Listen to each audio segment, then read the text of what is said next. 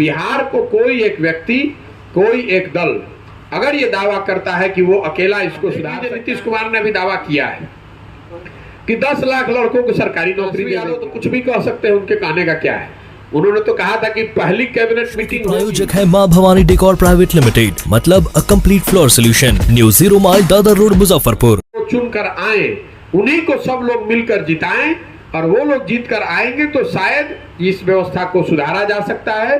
बिहार को कोई एक व्यक्ति, कोई एक दल अगर ये दावा करता है कि वो अकेला इसको सुधार सकता है, तो लिख कर रखिए, दो ही बात हो सकती है। या तो वो आदमी मूर्ख है, उसको समझ नहीं है कि समस्या कितनी बड़ी है, या सिरे से हमको आपको सबको मूर्ख बना रहा है, जीतने के बाद वो भी कुछ करने वाला नहीं है। इसीलिए मैं कह रहा हूं कि भाई प्रशांत किशोर अकेले की ताकत नहीं है ये करने की। जब समाज जगेगा, लोग मिलेंगे, तभी हो सकता है, नहीं तो मैं भी झूठे वादे कर सकता हूं। अब देख लीजिए, नीतीश कुमार ने भी दावा किया है कि 10 लाख लड़कों को सरकारी नौकरी दे देंगे। मैं ये समझ रहा हूं कि तेजस्वी यादव ने यह वादा किया था चुनाव प्रचार के दौरान, तो उसको तो गंभीरता से मैं नहीं लेता हूं। तेजस्वी यादव तो कुछ भी कह सकते हैं, उनके कहने का क्या है। उन्होंने तो कहा था कि पहली कैबिनेट मीटिंग होगी तो कलम से पहला ऑर्डर यही होगा कि 10 लाख लोगों को नौकरी मिल गई। उनको जानकारी नहीं है कि कैबिनेट में इस तरह का कुछ करने का प्रावधान ही नहीं है, तो आप मान लीजिए कि उनके कलम की स्याही सूख गई। लेकिन जो नीतीश कुमार जी हैं, जो 15 साल 16 साल से इस राज्य के मुख्यमंत्री हैं, मेरे लिए आश्चर्य की बात है कि ये आदमी जो 16 साल से मुख्यमंत्री है, वो अचानक से 15 अगस्त को कहते हैं कि मैं 10 लाख लोगों को सरकारी नौकरी दे दूंगा। तो मैं आश्चर्यचकित हूं कि अगर 10 लाख लोगों को सरकारी नौकरी दी जा सकती है या दी जा सकती थी, तो आपने पहले क्यों नहीं दे दिया? इतने दिन से क्यों रुके हुए थे?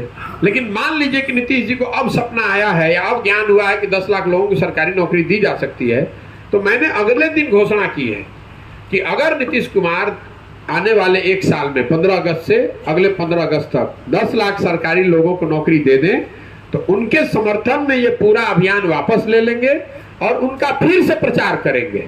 कोई दिक्कत नहीं, हमको राजनीति करने में कोई दिलचस्पी नहीं है बिहार में, लेकिन 10 लाख लड़कों को सरकारी नौकरी मिलनी चाहिए।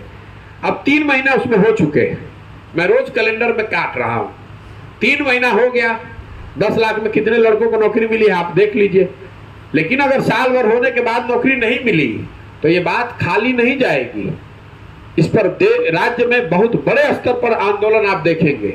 आप देखेंगे कि जैसे किसानों ने दिल्ली को घेर लिया, उसी तरह नीतीश कुमार भी और ये महागठबंधन की सरकार इस बात के लिए तैयार रहे कि साल भर के अंदर अगर 10 लाख लड़कों को सरकारी नौकरी नहीं दिया, जो उन्होंने वादा किया है गांधी मैदान से, तो उनकी सरकार का चलना वहां मुश्किल कर देंगे। इतने लोगों को जाकर पटना घेरेंगे कि वहां बैठ के उनका दही चूड़ा खाना भूल जाएगा। आप देख लीजिएगा। सर पहले आप इन लोगों के भाई मैंने कह दिया, मैं रोज कैलेंडर में एक एक दिन काट रहा हूं। उनको जो नियुक्ति पत्र बांटना है बांटे। वो अगर जाली नियुक्ति पत्र भी बांटना शुरू कर दें, तब भी 10 लाख सरकारी नौकरी का नियुक्ति पत्र नहीं बांट सकते हैं। मेरा विश्वास है, ये झूठ बोल रहे हैं ये लोग, क्योंकि उनके पास ना कोई योजना है, ना कोई उन्होंने इसको सोचा। गांधी मैदान में खड़े हुए घोषणा कर दी। इसीलिए मैं पूरे विश्वास से कह रहा हूं कि अगर 10 लाख लोगों को सरकारी नियुक्ति पत्र दे दिया जाए, सरकारी नौकरी लग जाए, तो मुझे कोई जरूरत नहीं है बिहार में राजनीति करने की या इस तरह का प्रयास करने की। मेरे पास काम करने के लिए पूरा हिंदुस्तान पड़ा हुआ है।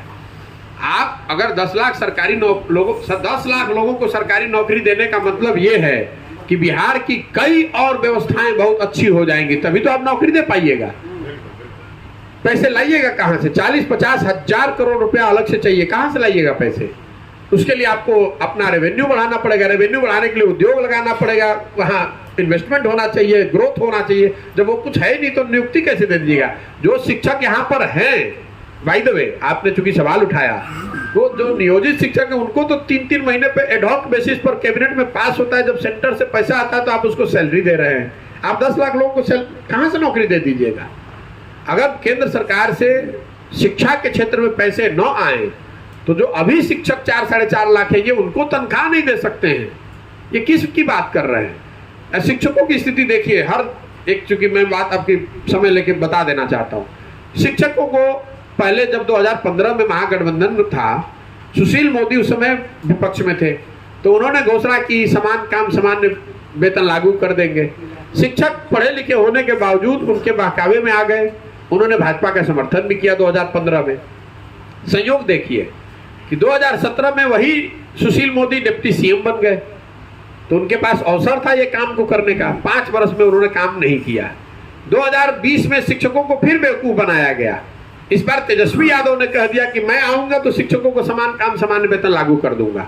तो जब शिक्षक मेरे पास आ रहे हैं तो मैं उनको बता रहा हूं कि भैया अब तो तेजस्वी जी की ही सरकार है, उन्हीं के दल का आदमी शिक्षा मंत्री है, तो आप इसको अब लागू करा लीजिए। ये देखिए बिहार में नेताओं की आदत हो गई है कि कुछ भी बोलिए और बोल के निकल लीजिए। आपको मालूम है कि चुनाव जब होगा, वोट होगा, तो लोग इन बातों को भूल के वोट तो एक ही चीज पर होगा, जात पर, धर्म पर, या इस बात पर होगा कि कौन भाजपा को लाना चाहता है, कौन भाजपा को रोकना चाहता है और कौन लालू जी को रोकना चाहता है। जब तक बिहार की जो बदहाली है उसके मूल में, उसके जड़ में बात यह है कि जो जनप्रतिनिधि है